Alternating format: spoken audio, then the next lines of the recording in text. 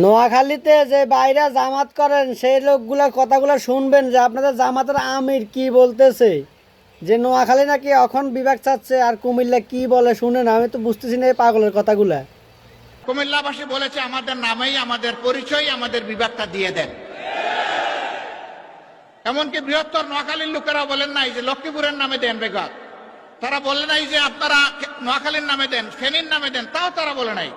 তাহলে তারা যদি কেউ না বলে বৃহত্তর নোয়াখালী জেলার ভিতরে যারা জামাত শিবির করে তাদের কাছে আমার একটা প্রশ্ন, তোমাদের নেতা ডক্টর শফিকুর রহমান সাহেব এটা কি সত্য বলতেছে নাকি মিথ্যা? নোয়াখালী জেলা বিভাগ চাই এটা শুধু আজকের দাবি না, যুগ যুগ ধরে দাবি করা হচ্ছে। তাহলে ডক্টর শফিকুর রহমান সাহেব এতদিন কোথায় ছিল?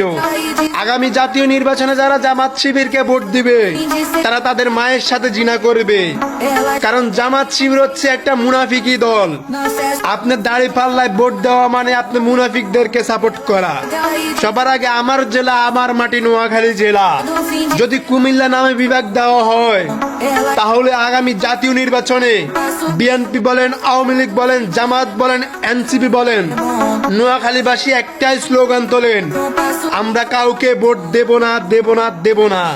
যদি বিভাগ দেওয়া হয় তাহলে নোয়াখালী জেলা নামে বিভাগ দিতে হবে। দাবি মোদের একটাই, নোয়াখালী জেলা বিভাগ চাই।